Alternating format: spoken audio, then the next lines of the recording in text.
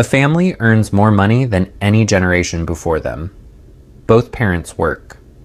Their house is bigger than the one they grew up in. Their phones, their cars, their technology, all better than anything their parents ever had. And yet, somehow their savings account keeps shrinking. Their debt keeps growing. Retirement feels like something that happens to other people. How is that possible? How can a family earn more and still feel poorer? Stay with me, because by the end of this video, you'll understand exactly what quietly changed and what you can actually do about it. Let's go back a few decades first. There was a time when one income could support an entire household. A modest home was reachable on a single paycheck. A company pension quietly built your retirement in the background. Healthcare costs, while never free, didn't threaten to bankrupt a family. Life wasn't easier back then in every way, but the financial ground people stood on was more stable. So what changed? Here's the strange part. There was no single moment. No one event you could point to and say, that's when it broke. Instead, hundreds of small shifts happened quietly, one after another, until the ground underneath the middle class looked completely different. Let's uncover them, one piece at a time. The first piece is inflation, the slow, almost invisible rise in prices. Imagine a shopping cart. 10 years ago, it came home full. Today, the same amount of money fills barely half of it. A single year of inflation feels small enough to ignore. But stretched across 20 or 30 years, those small increases quietly eat away at what a paycheck can actually buy. The second piece is housing. Picture a house slowly floating upward like a balloon, while a family runs beneath it, trying to reach it. Home prices have climbed dramatically faster than wages in most parts of the country. Combine that with higher mortgage rates and steep down payments, and owning a home, something that used to be the default milestone of adulthood, has become one of the hardest financial goals to reach. The third piece is healthcare. Medical costs and insurance premiums have climbed into something that looks less like a bill and more like a mountain blocking the road. One unexpected diagnosis, one emergency room visit can undo years of careful saving in a single moment. The fourth piece is education. A college degree used to open doors without leaving much financial damage behind. Today, many graduates carry a student loan like a giant ball and chain, dragging behind them into their 30s and even 40s, delaying the very investments, a home, a retirement account, that used to define financial progress. The fifth piece is something quieter, and it happens inside almost every household. Lifestyle inflation. As income rises, spending rises with it. A bigger apartment, a newer car, a few more subscriptions. This isn't recklessness, it's human nature. Picture a staircase where every step up in salary is matched by a step up in spending. So the gap between the two never actually closes.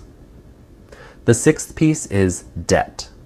Credit cards, auto loans, buy now, pay later plans. Individually, each monthly payment feels manageable. Together, they act like a chain slowly wrapping around a wallet, quietly limiting how much flexibility a family actually has each month. The seventh piece is the disappearing pension. Decades ago, companies carried the responsibility and the risk of funding your retirement. Today, that responsibility sits almost entirely on individual workers, most of whom were never taught how to invest or plan for a retirement that could last 30 years. Here's where things get even more interesting. Picture two trees planted side by side.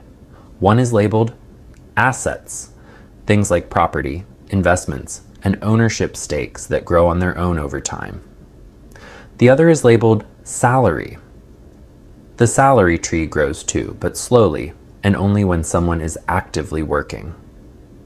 Families who manage to own even a little of the first tree tend to build wealth far faster than families relying only on the second, not because they're smarter, but because assets keep growing quietly in the background, even while you sleep. And there's one more piece almost nobody talks about: the hidden cost of time. Longer working hours, longer commutes, childcare costs that eat entire second incomes, second jobs squeezed into evenings and weekends. This pressure isn't only financial, it's exhaustion, lost family time, and stress that doesn't show up on any bank statement but is felt in every single day. None of this happened because families stopped trying. People didn't suddenly become careless with money. They delayed investing because the future always feels less urgent than today's bills. They assumed a future raise would eventually solve the problem. They compared their lives to others without realizing everyone was quietly under the same pressure. These aren't flaws in character. They're simply how human psychology has always worked. So here's the truth that ties every piece together. The middle class didn't disappear. And this isn't about one villain or one broken system. The real truth is this. The financial rules quietly changed, but millions of families kept following the same strategies that worked for their parents' generation, instead of adapting to the economy that actually exists today. The road changed. The map didn't get updated in time. And that's actually good news, because if the problem is a mismatch between old strategies and a new financial reality, then the solution isn't hopeless. It's about updating the map. Start by increasing your savings gradually, even in small amounts. Invest consistently rather than waiting for the perfect moment. Watch for lifestyle inflation and let some of every raise go toward your future instead of your present. Reduce unnecessary debt, one payment at a time. Where possible, begin owning productive assets, even modestly, rather than relying on salary alone. Build an emergency fund so unexpected costs don't force you backward. And keep learning, because financial understanding is one of the few advantages that compounds just like money does. The middle class wasn't weakened by one dramatic event. It happened through thousands of small financial shifts spread out over many years, but that same principle works in reverse. Small, consistent decisions, repeated patiently over time, can gradually rebuild what feels like it was quietly taken away. The ground shifted, but you can still learn to stand on it firmly, one deliberate decision at a time.